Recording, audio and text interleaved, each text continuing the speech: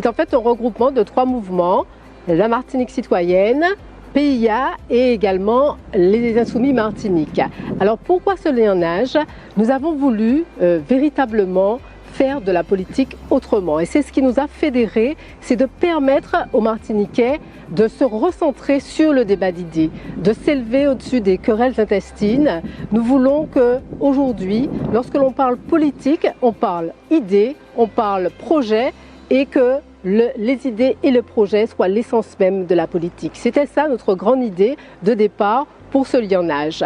Alors après en avoir discuté, nous avons donc décidé que la ville de Fort-de-France méritait aujourd'hui que l'on se penche sur ces problèmes, que l'on se penche sur les quartiers et que l'on se penche sur ces différentes problématiques.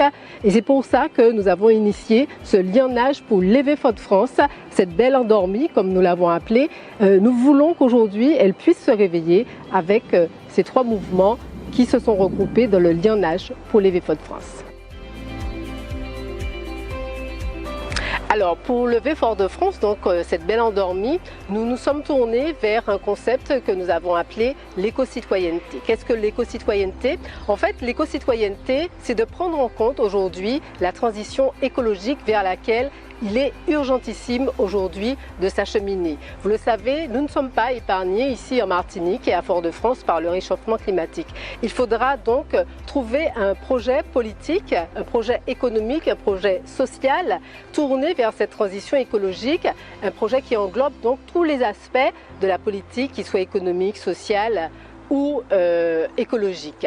Alors par exemple, s'agissant du transport, le transport, vous le savez, c'est un très gros dossier que nous aurons à prendre à bras le corps et nous devrons résolument le tourner vers cette transition écologique. Il nous faudra évidemment de transport efficace, d'un transport qui fonctionne aujourd'hui pour les Foyalais. Il faut absolument que nous puissions nous asseoir avec les différents organismes et les différentes collectivités concernées pour que ce transport puisse fonctionner et puis pour que les Foyalaises et les Foyalais bénéficient d'un transport propre, d'un transport écologique, d'un transport tourné vers la transition écologique.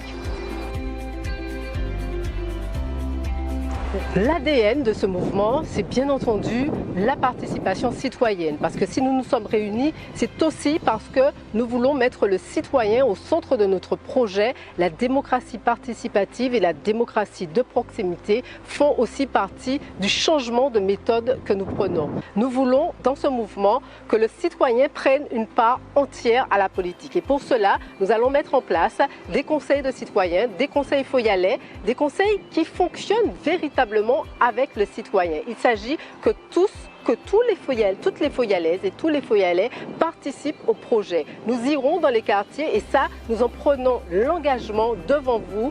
Nous irons à votre rencontre dans les quartiers pour faire remonter vos soucis quotidiens, vos problématiques de VHU, de décharge, de lumière qui ne fonctionne pas. Voilà, il faut être à côté des citoyens et ensemble, élus et citoyens, nous pourrons mettre en place une politique qui vous ressemble, une politique qui réponde à vos besoins.